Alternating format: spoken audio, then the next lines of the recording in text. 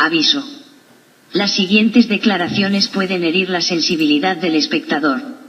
Las investigaciones o declaraciones de la grabación pueden basarse en teorías u opiniones discutibles. El propósito de la grabación es ofrecer otras respuestas posibles que pueden no ser del gusto del espectador.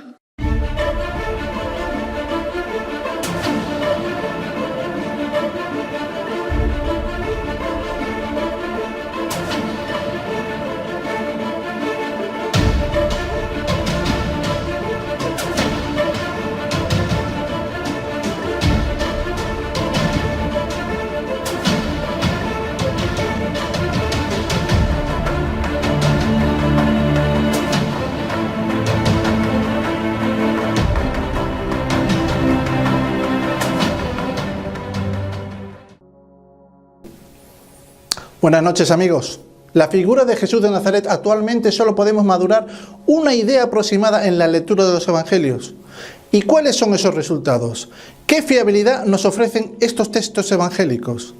¿Qué es lo que ha quedado hasta hoy en día de la figura de Jesús? Tenemos al señor don Antonio Piñero, catedrático de la Universidad Complutense de Madrid y especializado en la lengua y literatura del cristianismo antiguo. Muy buenas noches, señor Piñero.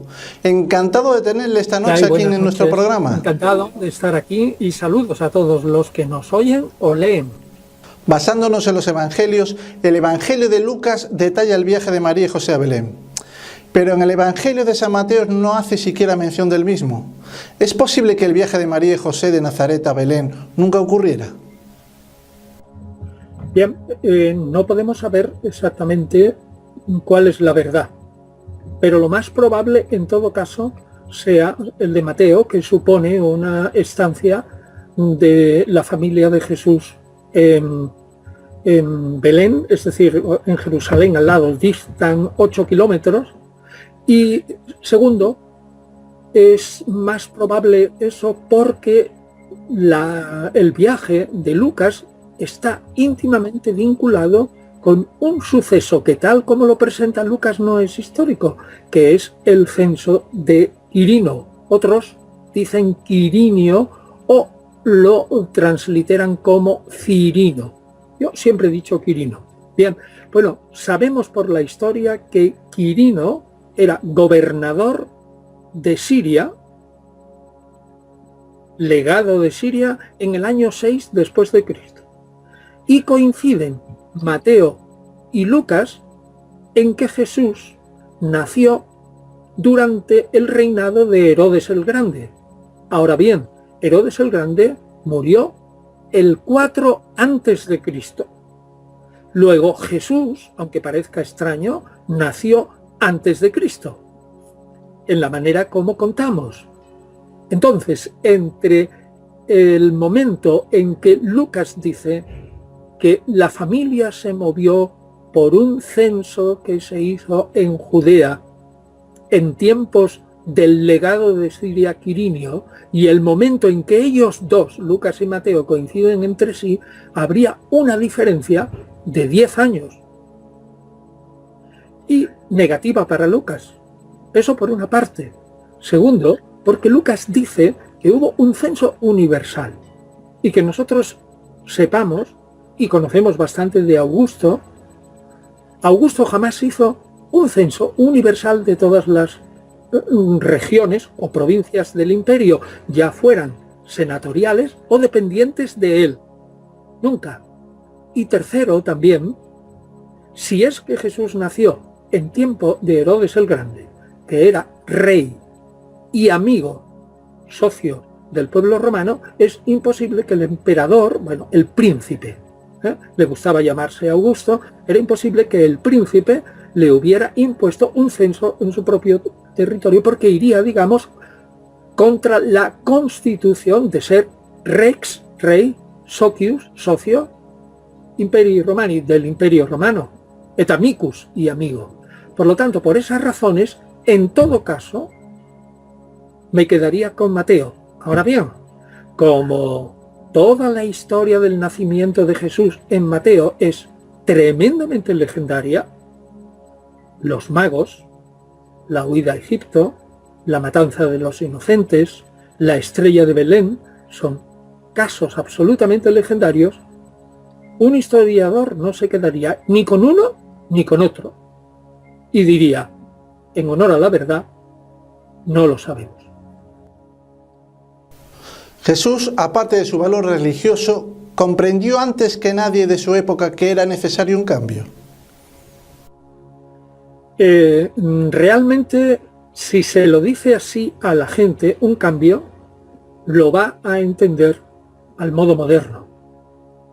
Y Jesús no pensaba nada de eso. Efectivamente, si hubiera venido el reino de Dios, que él proclamaba tan intensamente, hubiera habido un cambio radical, social, político, económico, absolutamente en todo. Pero él nunca pensó, digamos, que eso era un estricto cambio político porque sí, sino más bien la instauración, por primera vez en la historia, desde el pecado de Adán, del reino de Dios sobre la tierra de Israel. Y una vez que se hubiera instaurado el reino de Dios en la tierra de Israel, naturalmente, así lo pensaban los judíos, las demás naciones, viendo el poder de Yahvé y lo que había hecho con la tierra de Israel, naturalmente o bien se convertirían a Yahvé, muy pocas, o bien se mantendrían alejadas y respetuosas, y lo que harían sería dar tributo físico y monetario a Israel. ¿Y en qué consistiría ese reino? Efectivamente, en un cambio. Los pobres serían los primeros y los ricos serían desposeídos de sus riquezas porque eran orgullosos y necios. Los reyes, en ese momento actuales, de las tierras de alrededor, o incluso Tiberio, el gran emperador, pongamos cuando Jesús predicaba todo eso, o Poncio Pilato, o Caifás, o los sumos sacerdotes, es decir, los elevados sacerdotes que controlaban el templo, todos esos no tendrían cabida en el reino porque no se habrían arrepentido, ni los paganos tampoco. Entonces la revolución hubiera sido magnífica en el sentido de que los pobres tendrían una tierra paradisíaca. Dios, ante el cumplimiento de su ley, ofrecería que los tiempos fueran maravillosos, que las colinas manaran leche y miel, que los rebaños parieran espléndidamente y que la gente viviera feliz y contenta a la espera de la llegada del reino superdefinitivo que vendría, y ahí hay división de opiniones entre los judíos del siglo I, o bien este reino duraría eternamente, este reino material, político, con la ley de Moisés instaurada en toda su plenitud, o bien luego habría otro reino que sería el definitivo en una suerte de paraíso como el de Adán. Pero solamente aquellos que hubieran entrado en el reino, es decir, muy pocos, los convertidos. ¿Podría el apresamiento de Jesús tratarse de un hecho calculado quirúrgicamente por él mismo y sin duda deliberado? Bueno, desde luego no. Usted ha mezclado un montón de cuestiones que tendríamos que precisar una detrás de la otra, como por ejemplo que celebró la última cena y que esa cena fue pascual, que realmente no lo acepta casi ningún historiador independiente que la cena fue pascual, porque si usted mira los textos, ni hay hierbas amargas, ni hay las 7 copas que hay que beber de vino, ni hay cordero siquiera. Lo que más bien hay es una cena de despedida. Usted también ha dicho que la figura de Judas fue una traición, que eso es una entrega, etc. Bueno, hay incluso historiadores independientes que piensan que la figura de Judas es ideal. Es decir, que realmente no existió nunca, sino que la misma policía de Herodes Antipas, que en ese momento estaba en Jerusalén, Herodes Antipas era el hijo de Herodes el Grande, es decir, el matador de los inocentes, para que nos entendiéramos, y era el que gobernaba no en Jerusalén y Judea, y su región Judea, sino en Galilea, pero como buen judío había ido también a la Pascua, a Jerusalén, y llevaba allí su policía, o la policía de Poncio Pilato, o la policía del templo. Una vez precisado todo esto, hay algunos historiadores que eliminan incluso la figura de de Judas, como posiblemente no histórica. ¿Y por qué? Pues porque si usted lee el Evangelio de Mateo, pues Judas se ahorcó, arrepentido.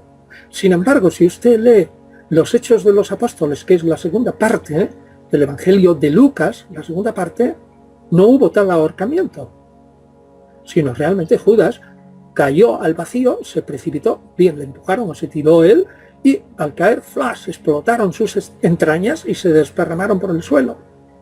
Y si usted estudia la figura de Judas y la figura del traidor a David, a Ahitófel, en los libros del Antiguo Testamento, libros de Samuel, caerá en la cuenta que hay extraordinarios parecidos.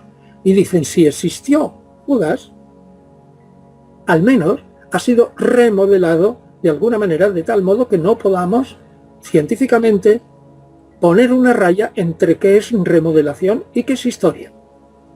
Pero usted ha dicho también en su pregunta que fue el apresamiento fue calculada milimétricamente. Yo creo que sí. Desde luego, si usted observa o repiensa lo que yo dije antes a propósito del reino de Dios, podrá usted imaginar que Poncio Pilato sabía perfectísimamente que él no tenía que hacer nada en ese reino. Herodes Antipas tampoco. Los herodianos tampoco. Los sumos sacerdotes tampoco. Entonces, ¿qué hacían allí? Quedarse de brazos a que viniera un individuo, instaurara una teocracia. Significa poder de Dios. Es decir, un gobierno político sí, pero religioso. Con un nuevo sumo sacerdote y que todos se fueran, digamos, a la muerte. Pues naturalmente, tanto Jesús como su predecesor y maestro Juan Bautista eran elementos súper peligrosos para el Imperio Romano y para la gente que mandaba en Judea. ¿Qué es lo que hace un político, y más hace 2000 años, que eran señores de horca y cuchillo? ¿Qué es lo que hace cuando encuentra a un individuo que le está incordiando, que es mucho peor que una piedra en su zapato? ¿Qué es lo que hace? Sencillamente lo mata. Herodes Antipas eliminó a Juan Bautista, y lo conoce todo el mundo, el baile de Salomé, la comida y la madre que pide la cabeza de Juan Bautista, etc. A Jesús lo eliminaron de otra manera, pero lo eliminaron igual, y realmente los evangelios dicen claramente que fue eliminado como sedicioso contra el imperio y por haberse proclamado rey de Israel. Y lo pusieron entre dos bandidos. Ojo, que la palabra bandido puede significar como ahora. Se puede llamar un bandido un ladrón, pero a los terroristas de hoy, que se puede distinguir jurídicamente, un ladrón que te roba la cartera en el metro es muy distinto de un terrorista, ¿no? Pero los dos pueden tener el nombre de bandido. Pues bien, la manera de llamar a los terroristas desde el punto de vista romano era bandido o ladrones. Y entonces lo que parece que fue crucificado Jesús en una cruz más alta y en medio de dos posibles simpatizantes, digamos. Eso es lo que históricamente puede deducirse. Pero ciertamente, para Poncio Pilato, le importaba un comino si Jesús había sido o no blasfemo, y lo que le importaba era si Jesús era un incordio, sí o no, contra el imperio. Y Jesús lo era. Luego tenía que eliminar. Ningún líder o profeta en la historia judía había hablado en los mismos términos que Jesús. Quizás intentaba presionar para barrer todas las barreras tradicionales de aquel entonces. También matizaría su pregunta. Nadie habló como Jesús antes. Bueno, efectivamente, lo mismo se podría decir de Isaías. Nadie habló como Isaías antes. O de Ezequiel. Nadie habló como Ezequiel antes. O del maestro de justicia de los manuscritos del Mar Muerto. Nadie habló como el maestro de justicia. ¿Quiere decir esto que el maestro de justicia, Ezequiel o Isaías, fueron un unicum, algo único dentro del judaísmo? No. Eran individuos y cada uno tenía su mensaje. Si usted entiende como que Jesús fue un único dentro del judaísmo, en ese sentido, con todo respeto, tendría que decirle que no. Porque Jesús fue un judío, y un judío observante dentro del ámbito de lo que podemos definir como el siglo I o el ámbito de la historia del judaísmo después del exilio. Entonces respondería a esa pregunta: ¿nadie habló como Jesús? Bueno, tampoco nadie ha hablado como yo, porque yo soy un individuo y sin embargo yo estoy metido dentro de una corriente de historia y yo no soy ningún unicum. En este sentido, Jesús no era un único. A él, estoy convencido, le hubiera gustado calificarse como profeta, como proclamador del reino de Dios. Y eso había habido varios. Todos los profetas lo eran. Y si usted coge la doctrina de Jesús, difícilmente puede encontrar algo que no haya sido dicho antes. Porque Jesús se incardina dentro de su Biblia y el pensamiento judío del siglo I, con sus matices, pero se incardina ahí. Entonces eso creo que queda claro. Ahora, lo segundo, ¿por qué molestaba tanto Jesús? Rompía todas las barreras.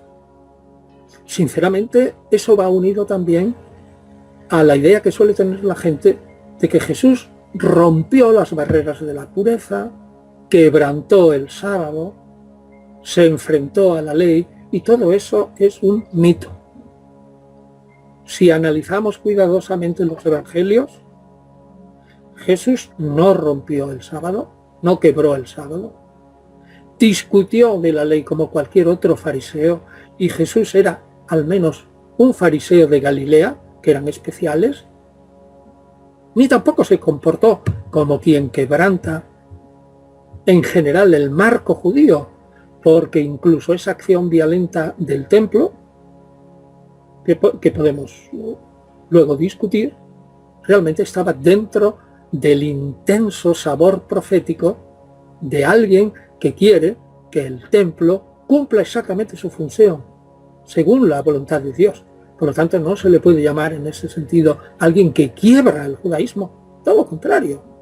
Si yo ahora mismo, incluso, purificara el Congreso, ¿entiende lo que quiero decir? Intentara purificar el Congreso, a mí me dirían que soy un loco, que soy un imbécil, que tal y cual. Todo eso estaría correcto, o que estoy empleando métodos incorrectos e ilegales, pero al final la gente diría: este señor está loco, sí, pero lo que quiere es que el Congreso funcione bien. Luego cree en el Congreso, cree en la democracia, ¿no? Cree en el funcionamiento correcto de los partidos políticos. Eso es lo que significa Jesús. Entonces Jesús no quebraba nada, sino que iba a la esencia de la ley, y lo que quería era que la ley se cumpliera de la mejor manera posible en su esencia, dejándose de tonterías. El historiador Josefus indicó que no estaba claro que se hiciera una cruz en particular para Jesús. ¿Podría estar en lo cierto debido a la gran cantidad de crucifixiones de rebeldes judíos en aquellos días? Todo eso es pura fantasía. Absolutamente pura fantasía. Créame, no pueden deducirse las cosas de los textos evangélicos, que son los únicos que hablan claramente de la crucifixión de Jesús. Y había madera de sobra.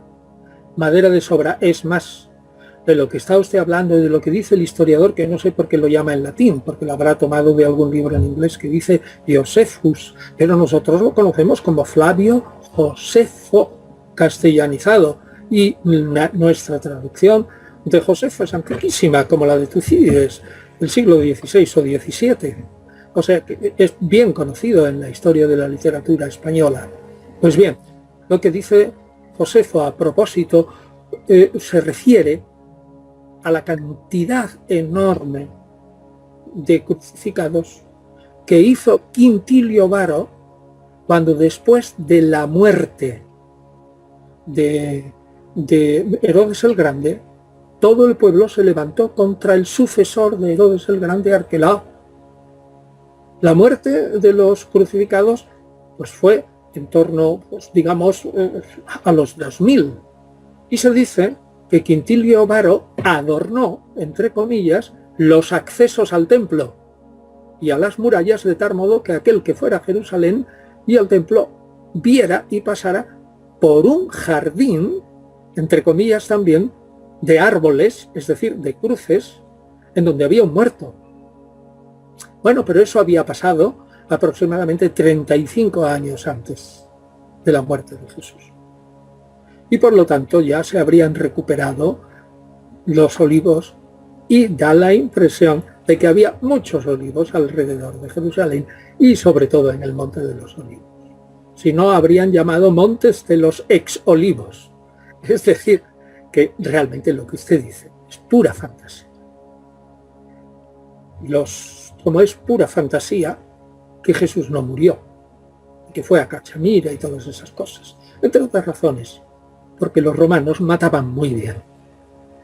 Y sin la muerte de Jesús, jamás se hubiera formado la teología cristiana.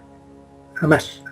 Que es, en el principio, una justificación teológica de por qué el Mesías no había triunfado militarmente, sino que había muerto como un esclavo, infamantemente en una cruz.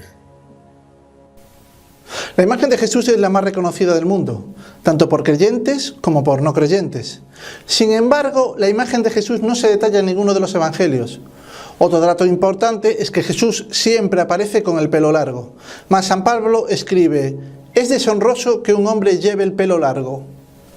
Sí, bien. Tampoco está clara la imagen de Julio César. ¿Y qué? ¿Conocemos exactamente la imagen de Sócrates? No. ¿Y conocemos la de Pitágoras? Mucho menos. Hay muchos científicos que piensan que el personaje clave de la historia de Occidente no es Jesús, sino Pitágoras y sus sucesores, que son quienes inician la ciencia griega y con la ciencia toda la evolución del mundo occidental, que hubiera sido totalmente distinto si no hubiéramos tenido la invasión de los bárbaros y la irrupción del cristianismo. Es decir, que probablemente se habría inventado la máquina de vapor muchos siglos antes, puesto que ya estaba inventada por los griegos. Por lo tanto, ¿qué importa si usted no conoce la imagen de Jesús? Segundo, los evangelistas, como Jesús mismo y como Pablo, estaban totalmente convencidos de que el fin del mundo presente, lo cual no quiere decir la aniquilación de este mundo. Cuando nosotros hablamos del fin del mundo pensamos, una explosión y se va el mundo. No. Sino es que el mundo se renueva, podría ser, ¿no? Totalmente, o que un mundo parecido, que le podemos llamar nuevo, le podemos denominar nuevos cielos, nueva tierra, nueva creación. Pero fundamentalmente sería este. Si yo estoy convencido de un fin del mundo absolutamente inminente, y estoy seguro de que Jesús volverá como Mesías de verdad a cumplir la misión que no le dejaron llevar a cabo porque lo mataron, ¿qué necesidad tengo de pintar a Jesús? ¿Qué necesidad tengo de dar culto a ningún icono? Ninguna.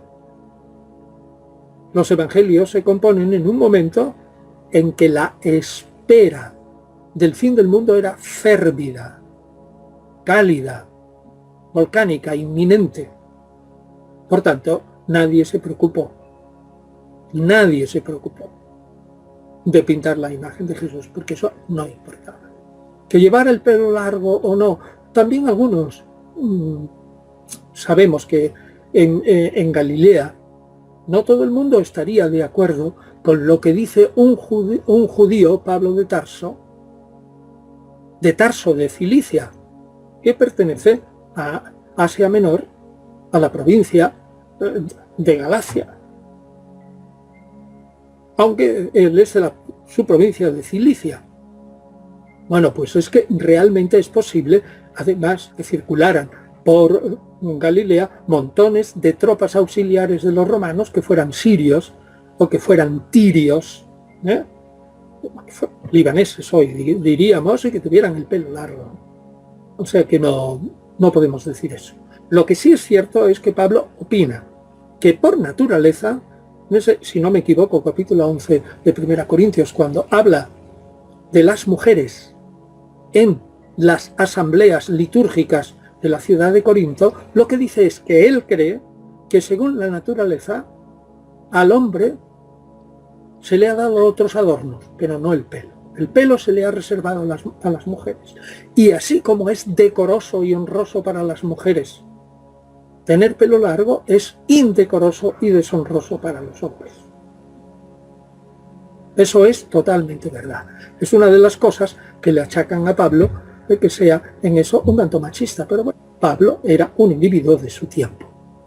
Hizo otras cosas en pro de las mujeres, ¿eh? Ahora, dentro de poco, habrá un libro mío sobre Pablo, una guía para entender a Pablo. Supongo que saldrá a lo largo de este año en la editorial Trota, y trato ese tema del pelo largo y del pelo corto en el apartado Pablo y las mujeres. Espero que, en fin, si lo leen, pues quede claro que ciertamente Pablo lo decía, pero era una opinión de un judío de la diáspora no exactamente transportable a Israel.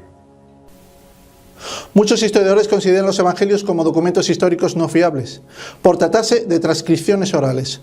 ¿Significaría que en realidad los evangelios son anónimos y no de quien dicen ser? Bueno, es una pregunta muy interesante, es una pregunta compleja.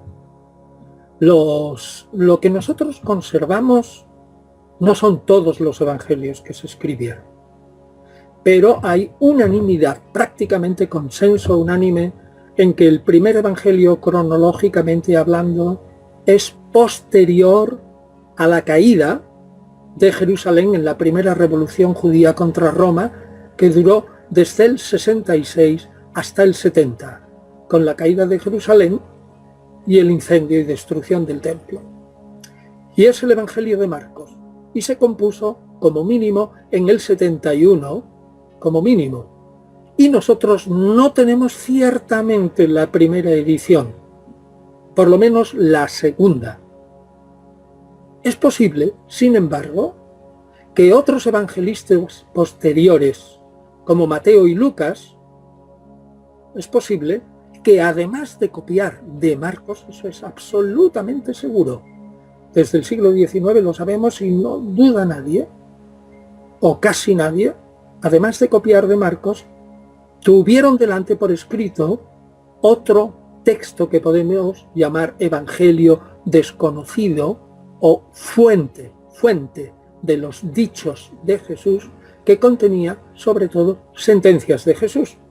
Alguna que otra historia, probablemente pues la historia de las tentaciones, la historia del centurión romano a quien le cura Jesús un hijo o un siervo, no lo sabemos, la palabra puede ser ambivalente, y entonces, en todo caso, ese evangelio perdido podía haberse escrito en torno al 50 o al 60, que quizás, y también esto se discute, pudiera estar ante los ojos de Marcos, pero se discute mucho, y más bien el consenso de los historiadores, tanto, digamos, confesionales como independientes, es que Marcos escribió tanto sobre tradición oral como sobre pequeños boletines u hojas volantes por escrito.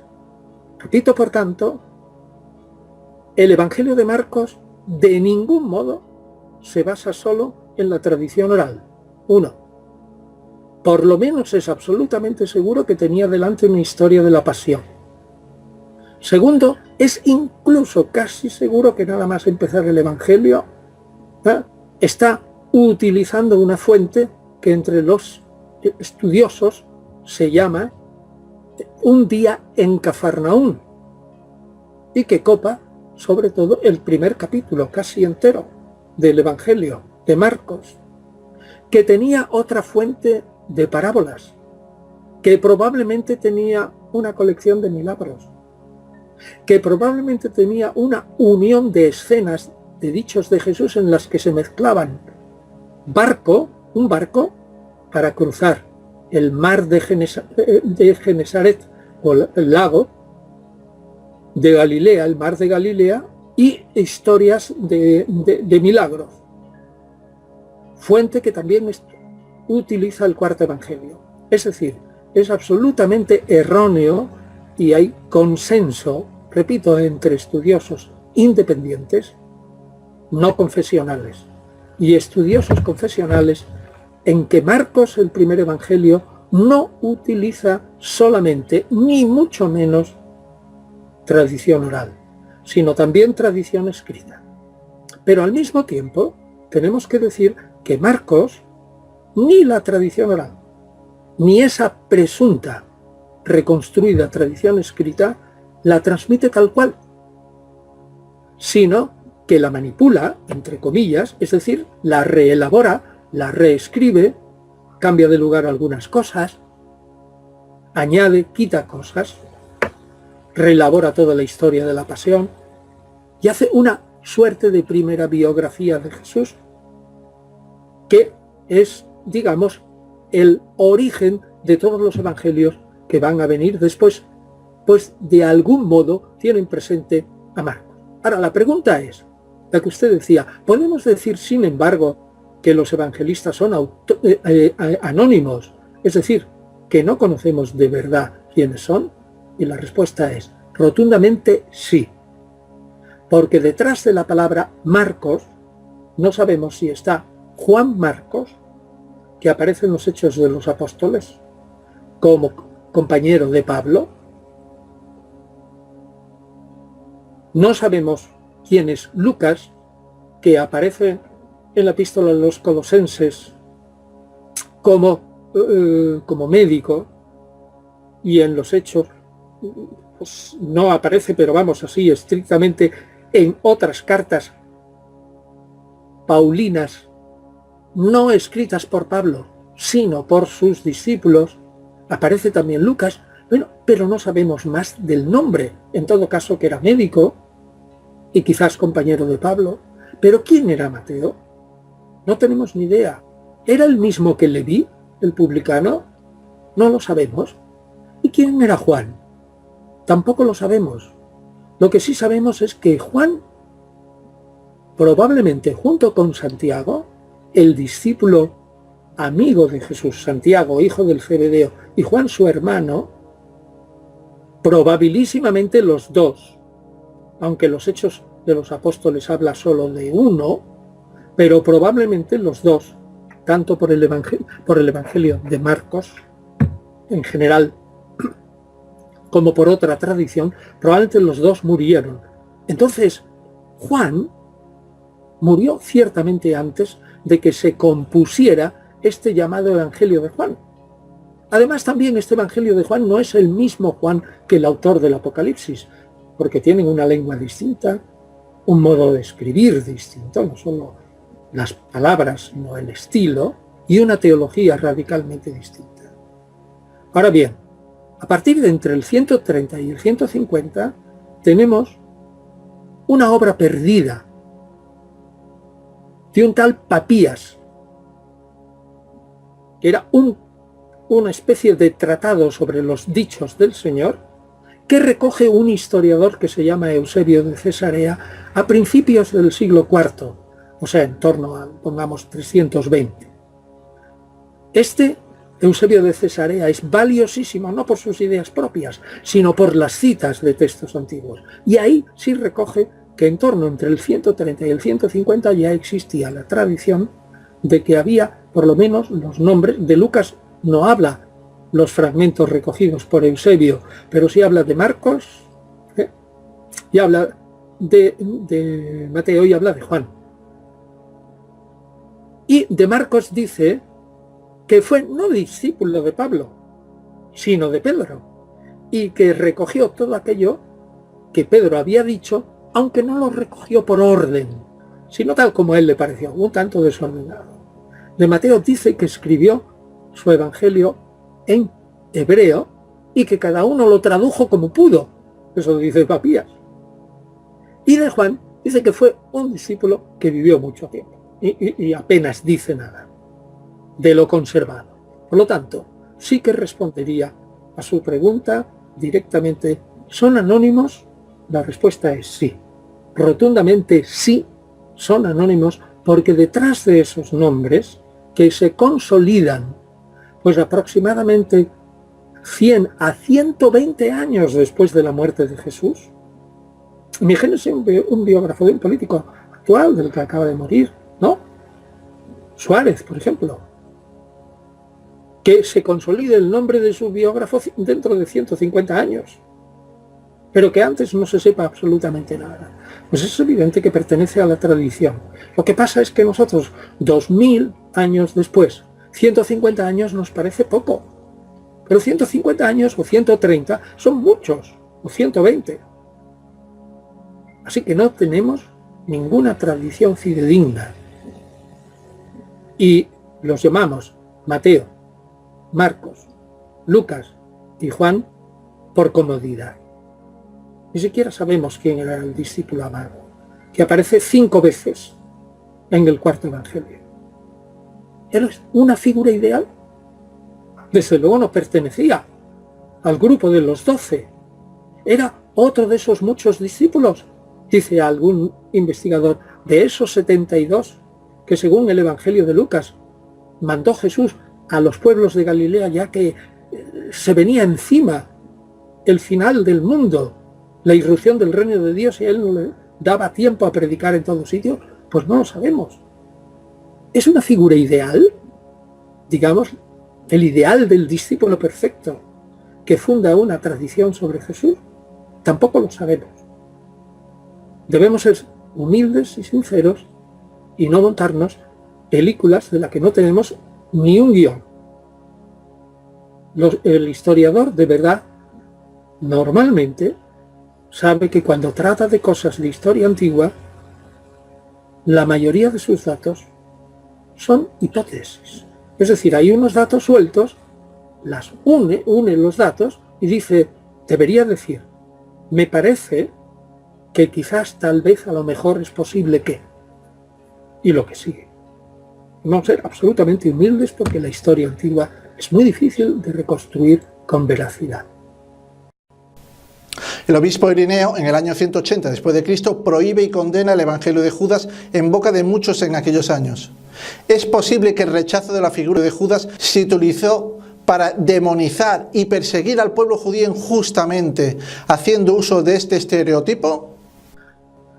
Es evidente que en el momento en que se escribe, no el Evangelio de Marcos, sino el de Mateo y Lucas, pero sobre todo el de Mateo, aproximadamente entre los años, pongamos, 85 o 90, en ese momento ya hay una disputa intrajudía,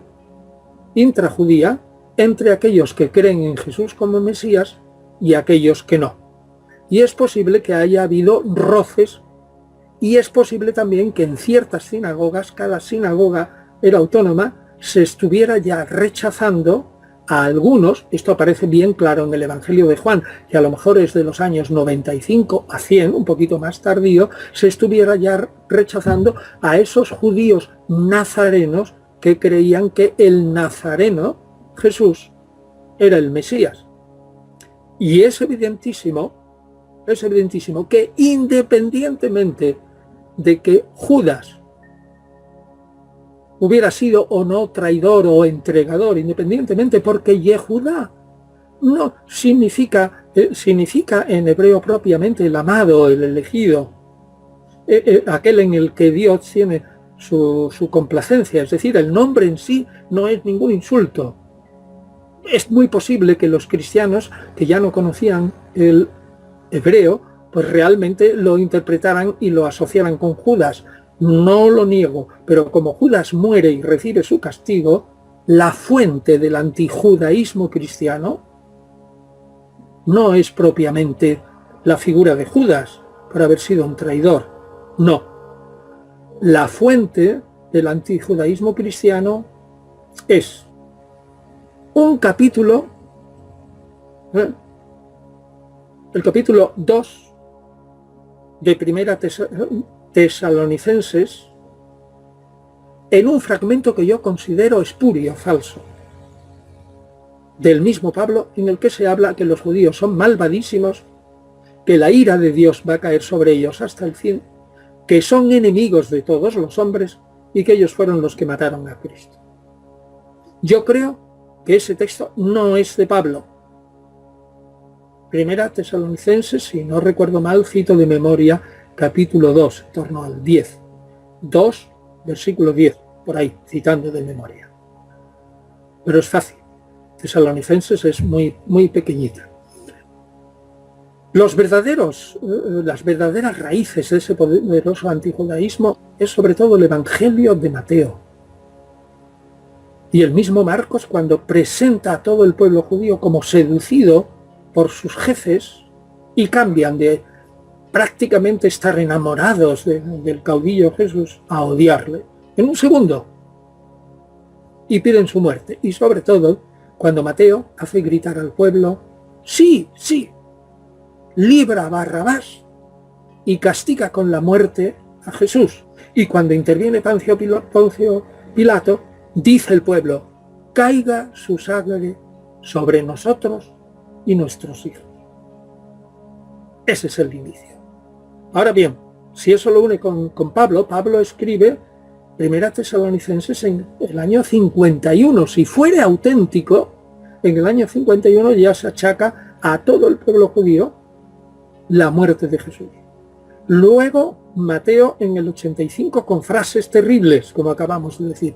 Y finalmente el Evangelio de Juan, que si usted lo lee, ahí aparece que toda la culpa de todo lo tienen los judíos. Y resulta que el autor del cuarto Evangelio es más judío que nadie. Su lengua es hebrea o aramea, vamos. Y pinta a un Jesús judío y él es judío, etc. Ese sí que pinta a un Jesús que supera al judaísmo, no los otros evangelios. En algún aspecto, no en todos. Pues entonces, esa es la raíz del antijudaísmo. Un texto, en mi opinión, falso de Primera Tesalonicenses, repito, del Pablo auténtico, pero el texto en sí una glosa. 2, Mateo, con ese grito, caiga sobre nosotros su sangre sobre nuestros hijos. Y 3, todo el conjunto del Evangelio de Juan, el cuarto Evangelio, donde los judíos son fatales. Vamos, lo más malo de lo malo. Pues claro, es una pintura interesada. Y luego la primera parte, es cierto lo que usted dice. En el primer libro, contra las herejías, hay un fragmento sobre el Evangelio de Judas. Pero aunque coincide en líneas generales con el Evangelio de Judas que se publicó en el 2006, yo mismo publiqué un comentario, una traducción y un comentario, con Sofía Torayas, pues realmente no coincide exactamente en las alusiones al Evangelio de Judas de Ireneo con el texto que nosotros tenemos. Pero ese texto, ya sea el que nosotros tenemos, que es una traducción de en torno al 340, una traducción del griego al copto, es decir, copto, Gupt, es el egipcio antiguo, la lengua de los faraones, pero evolucionada, como la evolución que hay entre el griego de Homero y, bueno, menos, y el griego actual, ¿no? Ese evangelio es como mínimo del 150. Entonces, Ireneo lo conoció porque había un grupo dentro de la iglesia cristiana que son los gnósticos, gente que se creía los mejores de los mejores y los únicos que se iban a salvar. Pues bien, eso era un grupo muy pequeño. ¿A cuántos llegó Ireneo con su refutación de los gnósticos, que es el libro primero, sobre todo? ¿A cuántos cristianos llegó? Quizás no a mucho, a los intelectuales, pero el Evangelio de Mateo llegó a más, el Evangelio de Juan llegó a más, y el Evangelio, la carta primera Tesalonicenses de Pablo llegó a más gente. Luego yo dudaría mucho que el Evangelio de Judas fuera un fundamento del antijudaísmo, y afirmaría que el fundamento del antijudaísmo son esos 3 pilares, en caso de que ese texto discutido del capítulo 2 de Primera Tesalonicenses fuera auténtico, que yo creo que no lo es. ¿Tuvo Jesús que enseñar a sus discípulos de diferente manera a la que predicaba entre masas de judíos y gentiles? Sí, radicalmente sí, porque lo indica el Evangelio de Marcos. El Evangelio de Marcos en el capítulo 4 que es el primer evangelio, dice claramente y cita un texto de Isaías que Jesús explica los misterios del reino a sus discípulos, mientras que a los de fuera les habla solamente en parábolas, es decir, lo más sencillo. La continuación del Evangelio de Marcos es terrible, porque cita un pasaje de Isaías en la que el mismo Isaías, pero hay que entenderlo por la manera de expresar de los judíos, dice que él y que Dios a veces habla a los judíos para a su pueblo, digo, Isaías de muchos siglos atrás, pues para que no le entendieran y resultaran condenados. Eso es lo que dice Marcos, sí, literalmente entendido, de Jesús, que les hablaba en parábolas para que no le entendieran. Pero es evidente que lo que quiere decir Marcos con eso es que a pesar de que Jesús les hablaba en parábolas, el pueblo no entendía a Jesús. Es como hay que entender ese texto tan difícil. Pero yendo a su pregunta, digo radicalmente, sí, existe la tradición de que los maestros, pero no solo Jesús, todos los maestros o rabinos, estrictamente no había en la época, pero se les llamaba ya así, todos los maestros de la ley tenían y Platón también, y los filósofos, tenían una doctrina para el pueblo y otra para sus discípulos, mucho más profunda. Jesús era pues corriente en ese sentido. Y tenemos otro punto, el Evangelio secreto de Marcos, que probablemente lo conoció Clemente de Alejandría, pues habla exactamente de lo mismo. Un Marcos secreto solo para los discípulos y otro Marcos público para la gente corriente. Eso es una tradición y probablemente tiene su fundamento real. Pero repito, Jesús, como los demás, todos los maestros de la ley hacían lo mismo. ¿Cómo cree usted que reaccionaría una cultura ajena a nuestro planeta, donde aquí se celebra la tortura y asesinato del reconocido Hijo de Dios? Es decir, la pasión y la muerte de Jesús. Y yo qué sé. Yo no tengo ni idea de eso, por la sencilla razón de que eso sería lo que se llama en filosofía un futurible. Un futurible es algo inexistente. Es decir, algo que tiene que darse una condición en el futuro muy improbable y que ocurriría después. Es que yo dudo que pudiera venir de otra galaxia alguien aquí a observarnos. O si llegan con tal cantidad de técnicas se daría cuenta que una cosa es el pueblo, y si estudian bien a los humanos verían que hay historiadores serios y otros historiadores menos serios, y religiones populares y otras 1.000 millones de religiones populares y unas cuantas centenares de religiones más serias. Hombre, pues yo diría que le extrañaría mucho lo de la Semana Santa, igual que le extrañaría, por ejemplo, el día cuando se celebra el martirio de Hussein, entre los chiitas. No sé cómo se ponen de sangre, ¿no? Con los sablazos que se dan en la cabeza y las fustigaciones en la espalda, ¿no? Con los látigos.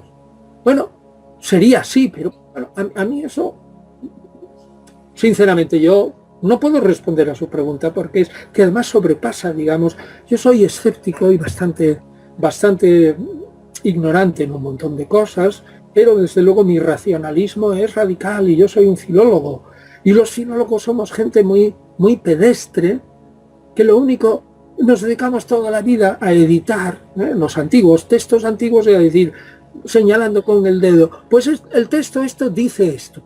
Y probablemente los primeros lectores lo entendieron de esta manera. Y punto.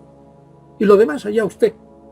Si lo cree o no lo cree, bueno, yo puedo decir que es verosímil, si se trata de un suceso o no. Pero en realidad el filólogo presenta los datos de la historia antigua, reconstruye, y entonces ya se pasa a historiador, pues un cuadro así de grande, pues con 10 o 12 fragmentos, pero a base de hipótesis. Entonces su pregunta me supera totalmente. Totalmente. Yo, sinceramente, me siento incompetente para responderla. Ha sido un placer tenerle en nuestro programa, señor Piñero. En otra ocasión, sin duda alguna. Muy bien, entonces espero el vínculo y yo lo pondré también para todos los amigos de Facebook y de Twitter, ¿no? Para que ellos puedan ver esta entrevista. Y hasta aquí el programa de hoy. Espero que haya sido del gusto de todos y nos hayan sacado de aquellas pequeñas dudas que nos quedaban por averiguar. Y bueno, ya lo saben, aquí, Caballo de Troya. Muy buenas noches.